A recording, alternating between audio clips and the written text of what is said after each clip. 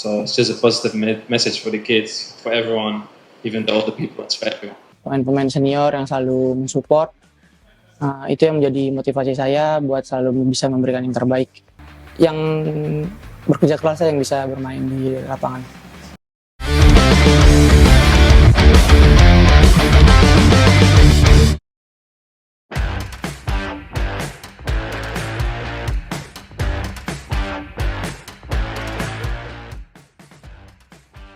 Timnas Indonesia U23 tengah jadi sorotan.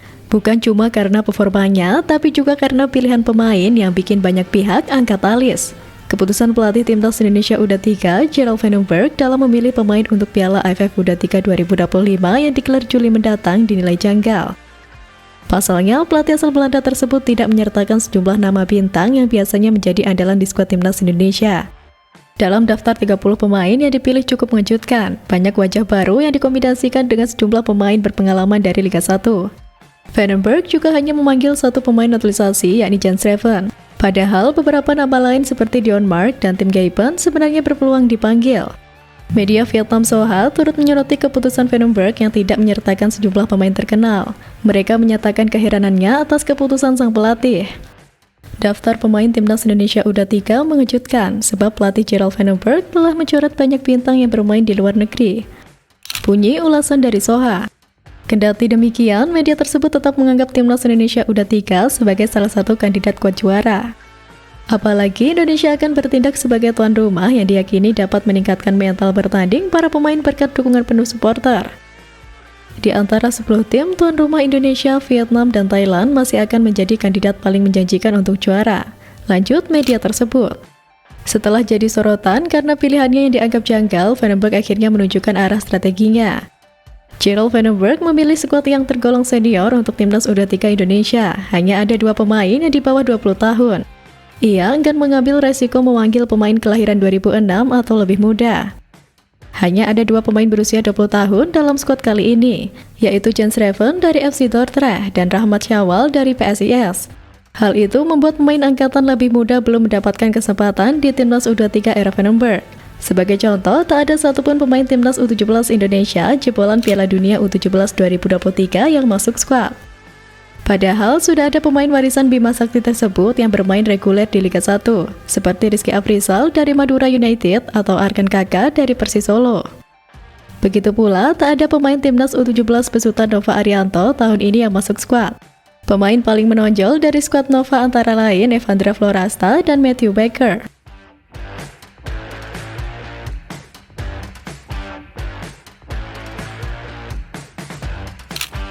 Dari sekian banyak nama muda yang tersingkir, Altaf Indi justru jadi pengecualian.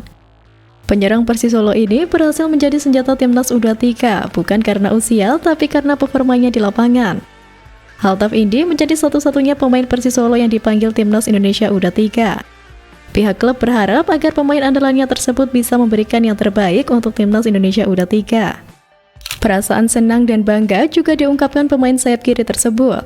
Alhamdulillah, saya merasa senang dan bangga karena akhirnya saya mendapatkan kembali pemanggilan dari Timnas Indonesia, ucap Altaf Indi mengutip dari laman resmi Persis Solo. Sejak bergabung dengan Persis Solo di musim 2022-2023, kemampuan Altaf Indi terus berkembang dan menjadi pemain andalan. Di musim ini, dia sudah bermain sebanyak 32 pertandingan dan 25 kali menjadi pemain pilihan utama. Tampaknya, Gerald Van den Berg ingin memaksimalkan kecepatan seorang Altaf Indi dan juga kemampuannya dalam mendistribusikan bola. Hal tersebut terbukti dari 3 assist yang dia torehkan musim ini. Sebenarnya, Altaf Indi juga memiliki kemampuan yang baik dalam urusan mencetak gol dan bakal menjadi salah satu kekuatan bagi Timnas Indonesia U23. Musim 2023-2024, ia sukses mengoleksi 4 gol dan 4 assist dari 29 pertandingan yang dimainkannya. Di lini serang, pemain-pemain seperti Victor Detan, Dominikus Dion, dan Rahmat Arjuna bakal menjadi pesaing Altaf Indi.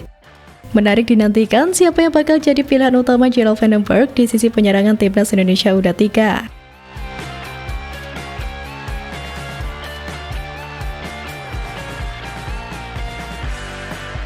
Sementara itu, Van den Berg punya keyakinan kuat Messi-nya Indonesia akan lahir dari tangan pelatihannya.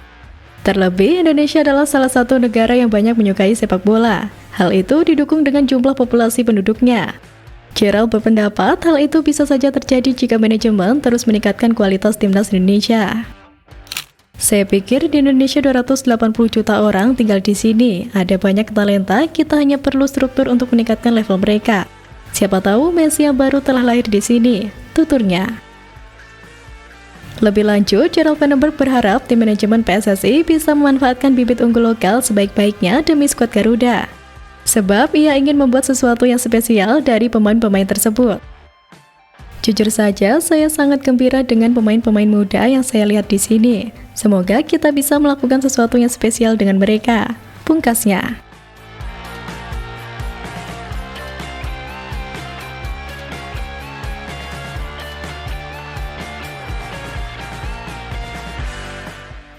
Gak cuma Vandenberg, pemain diaspora oleh Romani juga mengakui suatu hal, Indonesia kaya akan talenta muda. Lewat momen sederhana namun bermakna saat dirinya bermain bola bersama anak-anak kecil di Jakarta.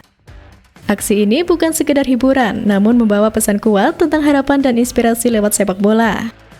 Peristiwa mengharukan itu terjadi pada November 2024 lalu, tepatnya di Panti Asuhan Pelita Hati yang terletak di Jakarta Selatan. Di sela aktivitasnya bersama timnas, Romani menyempatkan waktu untuk turun langsung ke lapangan kecil, bermain bola bersama anak-anak panti. Bagi Romani, momen tersebut bukan sekedar kunjungan biasa. Ada misi yang ia bawa, yakni menanamkan semangat kepada anak-anak kurang beruntung yang memiliki potensi besar namun terbatas akses dan fasilitas. Di Indonesia, memang masih banyak anak berbakat yang belum mendapatkan ruang untuk berkembang maksimal.